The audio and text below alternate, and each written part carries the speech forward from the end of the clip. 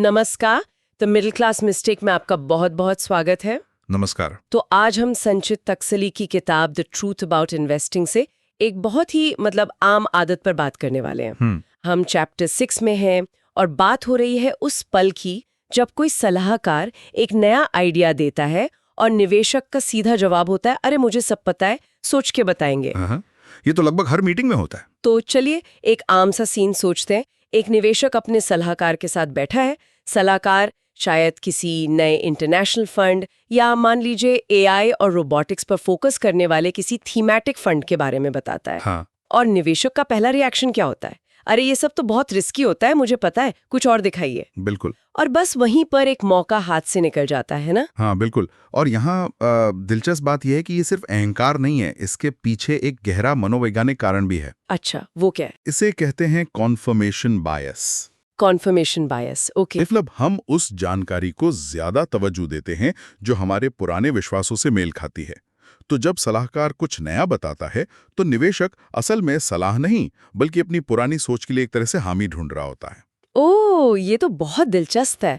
तो आप कह रहे हैं कि ये सिर्फ जानकारी की कमी नहीं बल्कि एक साइकोलॉजिकल बैरियर है। हाँ, एक मनोवैज्ञानिक बाधा है। लेकिन क्या निवेशकों का थोड़ा शक करना पूरी तरह से गलत है? मेरा मतलब है, कई बार सलाहकार भी तो अपना टारगेट पूरा करने के लिए कुछ भी बेचने की कोशिश करते हैं। नहीं, आपका सवाल बहुत वाजिब है और अंधा भरोसा तो किसी पर नहीं करना चाहिए। तो फिर? देखिए, शक और बहस में फर्क है। एक निवेशक को सवाल जरूर पूछने चाहिए, पर बहस करने के लिए नहीं बल्कि समझने के लिए। जब निवेशक ये मानकर चलता है कि उसे सलाहकार से ज्यादा पता है तो वो सीखना ही बंद कर देता है। सोचिए, सलाहकार ने एक नए स्मॉल कैप फंड के बारे में बताया और निवेशक ने उसे टाल दिया। हाँ, पुराने अनुभव के आधार पर यह कहकर टाल दिया कि स्मॉल कैप्स तो डूबते ही हैं। 2 साल बाद जब वो सेक्टर 40% ऊपर चला जाता है तो वो मौका हाथ से निकल चुका होता है। तो ये मुझे सब पता है कि एक बहुत बड़ी कीमत चुकानी पड़ती है। बहुत बड़ी कीमत। और वो जो एक फेमस लाइन है, सोच के बताऊंगा, वो तो शायद ही कभी सोचने के लिए होती है। हाँ, सही पकड़ा आपने। ज्यादातर तो ये बात को टालने का एक पोलाइट तरीका बन जाता है। बिल्कुल, वो असल में निर्णय लेने से बचने का एक तरीका है और इसका समाधान सलाहकार से बहस करना नहीं बल्कि बातचीत का नजरिया बदलना है। बातचीत का नजरिया बदलना कैसे? देखिए, पेशेवरों को काम पर इसलिए रखा जाता है ताकि वो हमारे पैसे को मैनेज करें और बढ़ाएं। उनसे बहस करना तो समय, पैसा और मेहनत तीनों की बर्बादी है। सही बात है। जरूरी यह है कि बातचीत ऐसी हो जिससे कोई नतीजा निकले, प्रोडक्टिव हो। तो इस मानसिकता को तोड़ने का पहला कदम क्या होना चाहिए?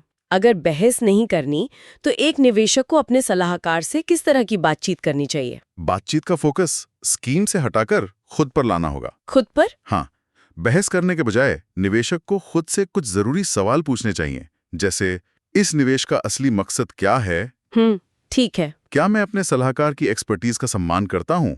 अगर नहीं करता तो क्या मुझे सलाहकार बदलने की जरूरत है? ये बहुत जरूरी सवाल है। और सबसे जरूरी, क्या मेरा सलाहकार बिना किसी कॉन्फ्लिक्ट ऑफ इंटरेस्ट के मेरी जरूरतों को समझ रहा है? मतलब बातचीत को ये स्कीम अच्छी है या बुरी से हटाकर ये स्कीम मेरे लक्ष्यों के लिए सही है या नहीं है पर लाना होगा। बिल्कुल। ये सवाल तो निवेशक को ज्यादा ताकत देते हैं और चर्चा को सही दिशा में भी ले जाते हैं। एग्जैक्टली।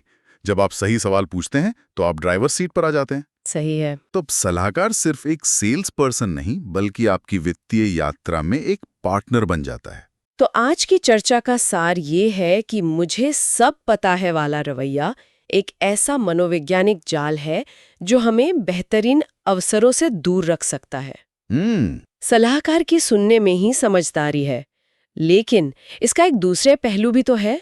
जब निवेशक को लगता है कि उसकी अपनी बनाई हुई स्ट्रैटेजी ही दुनिया में सबसे अच्छी है। हाँ, और इसी से जुड़ा है हमारा अगला मिथ 54, जो निवेश में किस यानी keep it simple and stupid के सिद्धांत से जुड़ा है।